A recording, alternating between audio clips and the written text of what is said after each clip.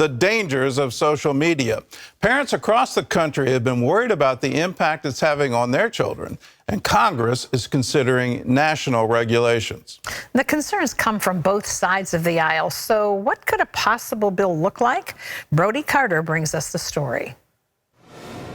4 senators, 2 Democrats and 2 Republicans, telling the Associated Press they represent millions of American parents who believe social media companies have too much negative influence on teens and younger kids. So they've written a simple, straightforward measure that's easy to understand. Normally you see a bill come out of D.C. that is sometimes thousands of pages long. This one's 8. The bill has 3 key points. Kids under 13 would be banned from social media. Children 13 through 17 would need a parent or guardian's consent to create an account. And it would forbid social media companies from using algorithms to recommend content for users under 18. And I think people appreciate the simplicity. If a parent can't understand the bill, it's hard for them to rally behind it. Senator Chris Murphy has seen both the positives and negatives of social media. Sometimes the silly and entertaining content that they get on those sites brings joy to their life. But I've also seen the tremendous downside. I've seen how some of their friends who are in trouble get very quickly spun into deep, dark corners of the internet. Senator Brian Schatz says the growing evidence is clear. Social media is making kids more depressed and wreaking havoc on their mental health. The National Institutes of Health found children under 18 are susceptible to social media health-related problems, including depression, eating disorders, and anxiety. The CDC shows 60% of girls using social media report feeling persistent sadness or hopelessness, with 30% seriously considering suicide.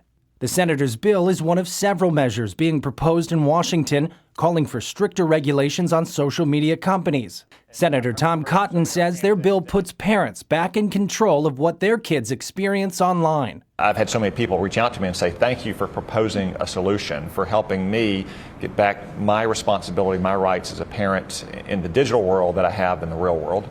The senators know there will be pushback from tech companies, and any legislation proposing to regulate big tech and social media will face major challenges in Congress itself, including disagreements about overregulation and questions about civil liberties. So it remains to be seen if any bill can successfully move through both the House and Senate. Brody, CBN News.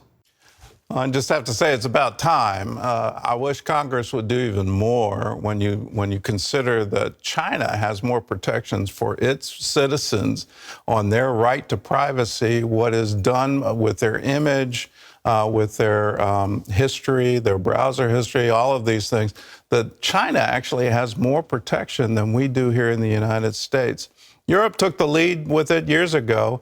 We have never followed because we have this divided government that wants to play politics with everything. It's time for us to demand from our representatives, please protect our children. Please protect us from all of these new dangers that are coming in the internet. And when you consider AI having free access to everything about you, it can get very chilling.